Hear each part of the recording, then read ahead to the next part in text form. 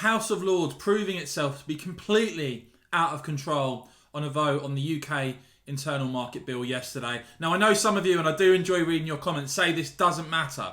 Allow me to explain why this does matter. Allow me to run you through what is said to be the biggest defeat in the Lords for decades. A majority of more than 200 against the UK Internal Market Bill, against the government. I'm going to run through all the very latest in this report, guys. But as ever, if you could please start off by hitting that subscribe button and the bell. And of course, you'll see some people in the comments with the Westminster logo next to their names. They're supporters. Please become a supporter if you want to. If you appreciate these reports and you want to support what I'm doing here on the Westminster channel. Let's get into this.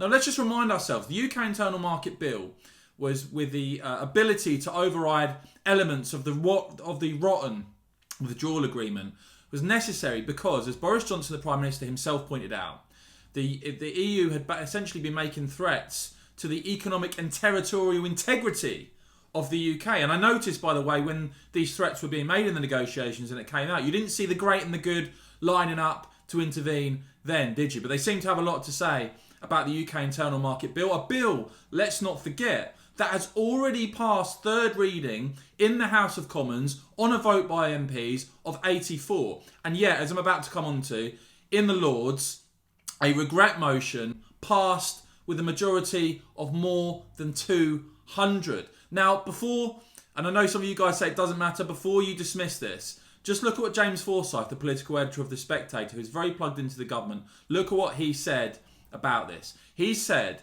that the government's calculation is that peers will back down on the Internal Market Bill after a few rounds of ping-pong. But size of this defeat suggests the government might be misreading the situation, and it could be very difficult for the bill to get through with the Northern Ireland clauses in it. The Independent report, peers inflict heaviest defeat for more than 20 years on this bill. Peers opposing the Brexit bill that the government admitted will break international law have inflicted the heaviest defeat for more than 20 years. We're talking about a historically large vote here against the government. The motion warned the legislation would undermine the rule of law and damage the reputation of the UK. Was passed by 395 votes to just 169, a majority of 226.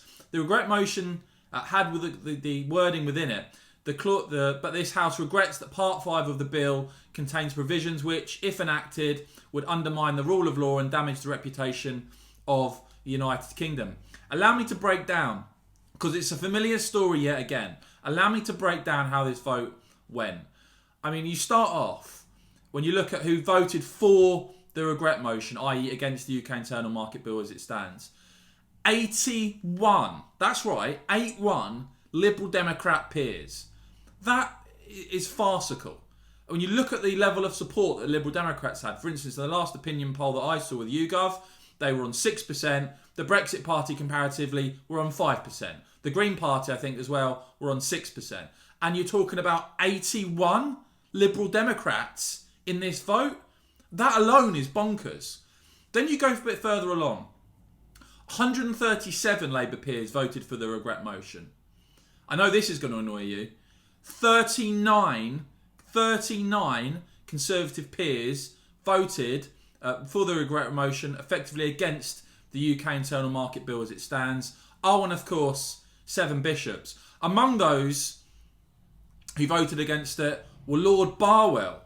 That's right, the former Chief of Staff to Theresa May, one of the rebels. I think that really does tell you everything you need to know.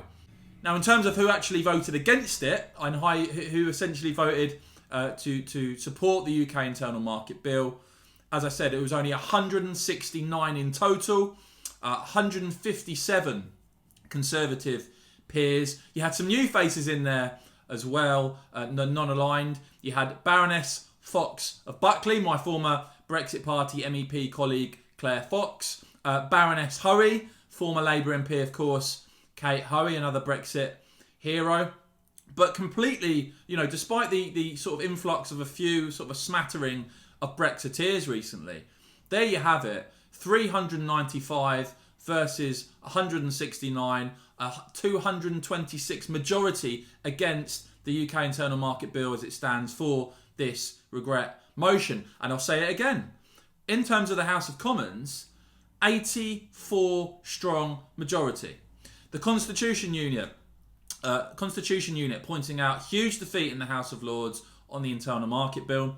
We believe the biggest since Lord Reform in 1999.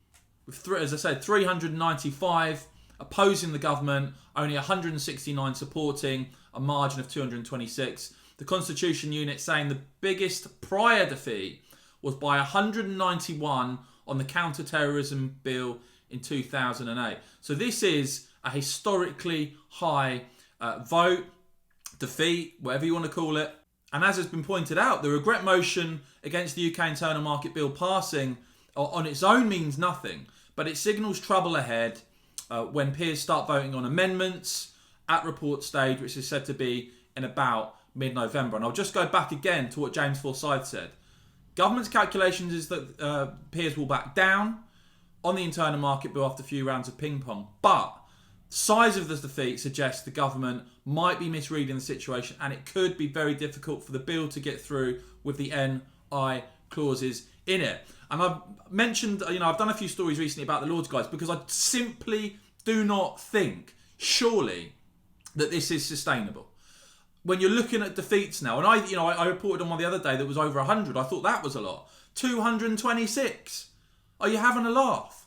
Are you going to really have a Conservative government for years on now who are simply going to get defeated with huge, majorities against what they're doing, having support of MPs, but having Lords, whether it be bishops, whether it be 81 Lib Dems, whether it be Conservative rebel, dozens of Conservative rebels? Are you going to have a situation for years to come where the government keep losing time and time again, heavy defeats in the Lords? And as I said, as it's been pointed out, you shouldn't just simply assume that this is going to go away. With this size of defeat, it could be very difficult, as James Forsyth pointed out, for the bill to get through with some clauses in it. Will the government put a large number of sort of Conservative-minded Brexiteers in the Lords to give it some semblance of being in line with British public opinion? Or, as I know many of you, overwhelming majority want, will the Lords be radically reformed and or scrapped, abolished completely? Because when you look at this, guys, is this really sustainable going forward?